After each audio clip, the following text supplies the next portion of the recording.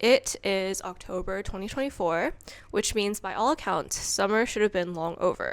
But I live in Hong Kong, and that is one reason why summer feels extended for me this year. There is a typhoon coming in this weekend, which means it's a nice, breezy 25 degrees today with 41% humidity. I'm trying to make the most of my remaining time of freedom before I start my first big girl full-time job. So I think the move for the next few days is to spend as much time as I can outside, touching grass, spending time with friends, and exploring more of the city. So let me take you around.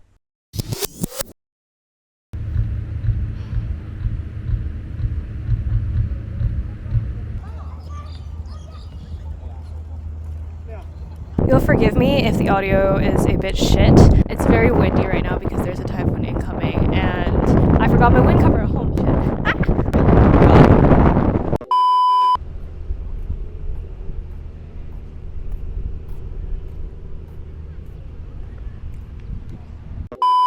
This is not working.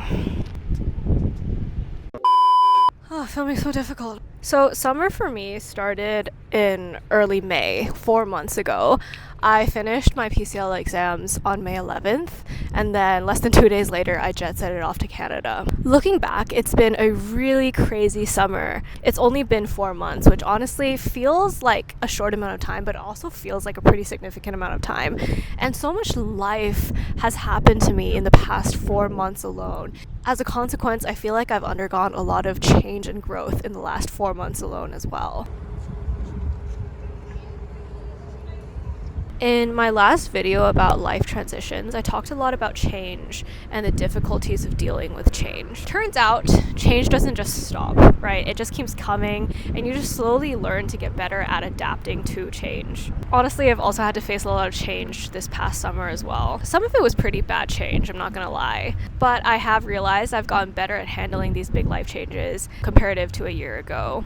It's been a really great exercise in learning how to set my boundaries and being able to redefine my priorities and goals in life as well. It is character development that I definitely did not ask for, and these are also circumstances that I wouldn't even wish upon my worst enemy, but I take the growth that I get from this, and I recognize that I am also probably a stronger person because of it as well.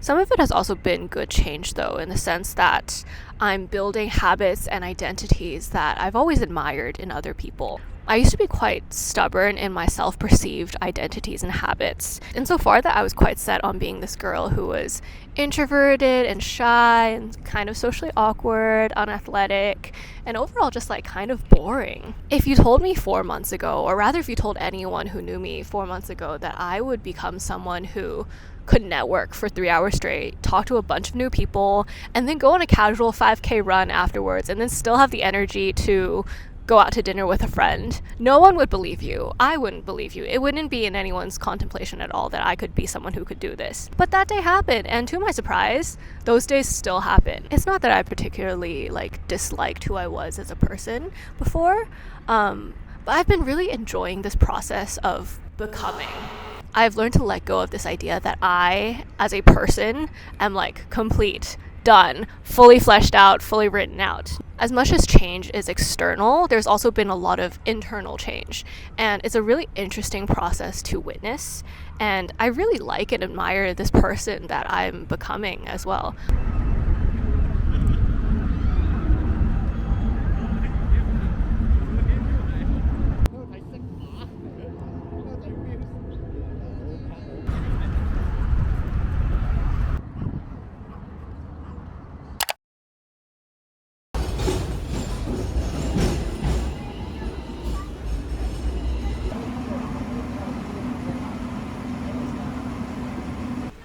I have once again forgotten my wind cover, so you will excuse me for the shitty audio. I've also set myself up in a very central location right in front of the busy road. So this is almost like me trying to full send combat my social anxiety by doing this. But the good thing is that there's a bunch of Xiaoshu girlies right in front of me taking their pictures. So that makes me feel slightly better.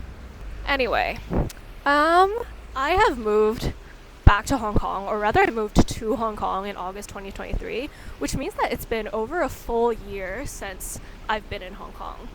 And anyone who's known me in the past year, anyone who's like literally talked to me in the past year, has known that it's been a really difficult year for me to settle back into Hong Kong and like kind of get adjusted to life. And I think even up until I came back from Canada, I was still very doubtful of my decision to stay here. I'm not really sure what changed between now and then, but perhaps it was the fact that a lot of my friends came to visit Hong Kong over the summer, and I was finally able to discover the magic of the city through the eyes of a glassy-eyed, rosy-cheeked tourist. Unencumbered by school, I think I finally had the freedom to really venture outside of the central and western district and basically explore new areas and go to the outlying islands and basically just discover all the magic that this city has to offer. It's so awkward, so many people walking by. It could also be the fact that the weather is a lot nicer now. Days like today, it's sub 30, it's sub 50% humidity. It's not sticky, it's not humid. I don't feel like dying every time I walk out the door.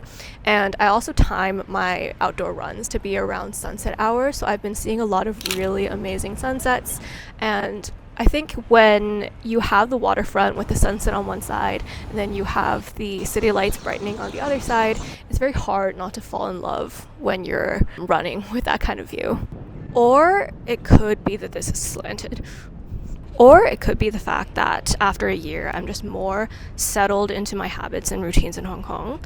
I find that it generally does take me a year to settle into a city because it took me a year to view London as home, and now it's also taken me a year to view Hong Kong as home. I'm still not 100% set on Hong Kong being like a forever home. I think that's something that still needs to be assessed once I start work, but I'm definitely less opposed to the idea of it now than I was a year ago, which I view as pretty good progress. It's also been getting a lot easier to romanticize life here, so I take it to be a very good sign that I'm finally starting to settle in well here.